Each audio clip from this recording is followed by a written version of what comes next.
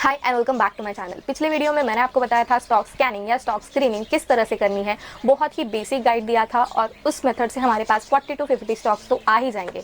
सो आपके पास वो 40-50 स्टॉक्स आने के बाद आपको कैसे समझेगा कि कौन से स्टॉक में हमें पोजीशन लेनी है, ये हम आज के वीडियो में देखेंगे। तो जैसे कि मैंने आपको प्रीवियस वीडियो में प्रॉमिस किया था कि हम इंडिकेटर बेस्ड ट्रेडिंग करेंगे। हमारा एक फॉर्मेट होना चाहिए, स्ट्रक्चर्ड होना चाहिए, एक टेम्पलेट होना चाहिए और उस टेम्पलेट के भरोसे पर ही हमें ट्रेड लेना है। हमें किसी भी तरह का रिस्क नहीं लेना है। आई मीन जो गैम्बलिंग होती है वो वाला रिस्क नहीं लेना है। So let's get started. उससे पहले अगर आप मेरे चैनल पर नए हैं, प्लीज़ मेरे चैनल को सब्सक्राइब करिए, उस बेल आइकन को भी क्लिक करिए जिससे आपको मेरे लेटेस्ट फाइनेंस वीडियो की नोटिफिकेशन तुरंत मिल जाएगी। विदाउट वेस्टिंग एनी टाइम चलिए स्टार्ट करते हैं 10 बेसिक इंडिकेटर्स को समझना। बेसिक इंडिकेटर्स इसलिए क्योंकि बिगिनर्स लेवल पर हमें 10 इंडिकेटर्स को समझना तो बनता ही है और इन 10 में से 3 या 4 के साथ आप जिनके साथ फ्रेंडली हो जाते हैं, जिसे आप अपना फ्रेंड बना लेते हैं, जो आपको प्रॉफिट कमा के देंगे ऐसे आपको लगता है, उनके साथ आगे बढ़ सकते हैं। So let's get started. First indicator is moving averages. तो हमें अलग अलग पीरियड के मूविंग एवरेजेस ऐड करने हैं उस स्टॉक में, जैसे कि 21 पीरियड, 56 पीरियड, 100 पीरियड, 200 पीरियड। ये मेरे पर्सनल फेवरेट है। आप अलग अलग पीरियड के भी मूविंग एवरेजेस को ऐड कर सकते हैं। मूविंग एवरेजेस के बारे में ज़्यादा जानकारी लेने के लिए हमारे पास गूगल बाबा तो है। So do search what is moving average in charts.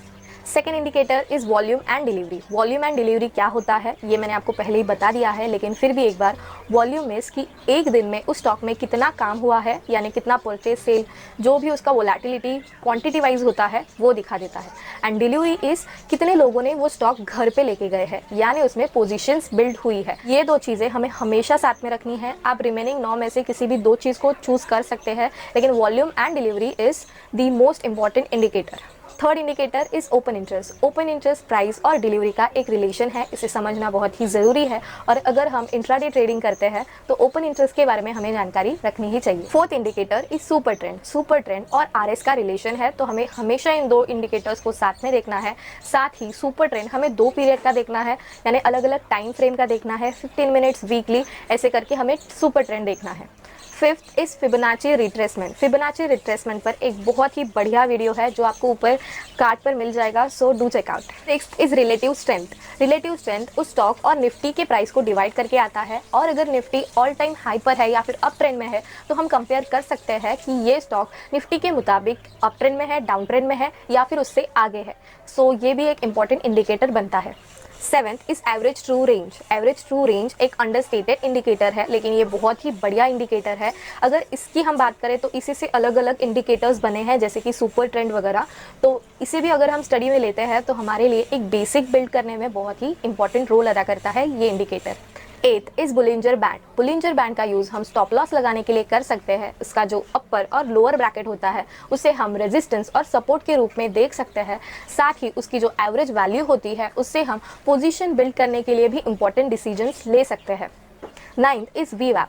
वीवैप और डिलीवरी का एक रिलेशन निकल के आता है। जिस दिन ज़्यादा डिलीवरी होती है उस दिन का वीवैप अगर हम स्टॉक में प्लॉट कर दे तो हमें एक अंदाज़ा आ सकता है कि ऑपरेटर ने इस दिन पर पोजीशन बनाई है या फिर निकल गया है। तो वीवैप और डिलीवरी को साथ में समझना इंपॉर्टेंट है।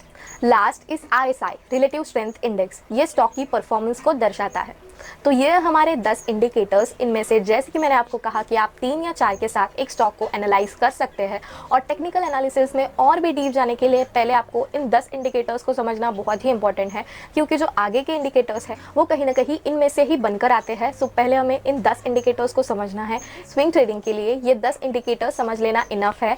आगे की वीडियो में मैं आपको बताऊंगी कि पोजीशन बिल्ड करने के बाद उस स्टॉक में से कब एग्जिट लेनी है और कितना हमारा स्टॉप लॉस होना चाहिए। अगर हमारा स्टॉप लॉस हिट हो जाता है तो हमें आगे क्या करना चाहिए, इस पर हम आगे की वीडियो में डिस्कशन करेंगे। So please stay tuned. अगर आपको इस वीडियो में कोई भी डाउट हो तो please let me know in comment section. और अगर आपको ये वीडियो पसंद आता है तो आपको पता है आपको क्या करना है, hit the big fat like button, मेरे चैनल को सब्सक्राइब करिए if you have not already, and share my content with everyone around you, with your friends, family, relatives and literally everyone. So until then, bye bye.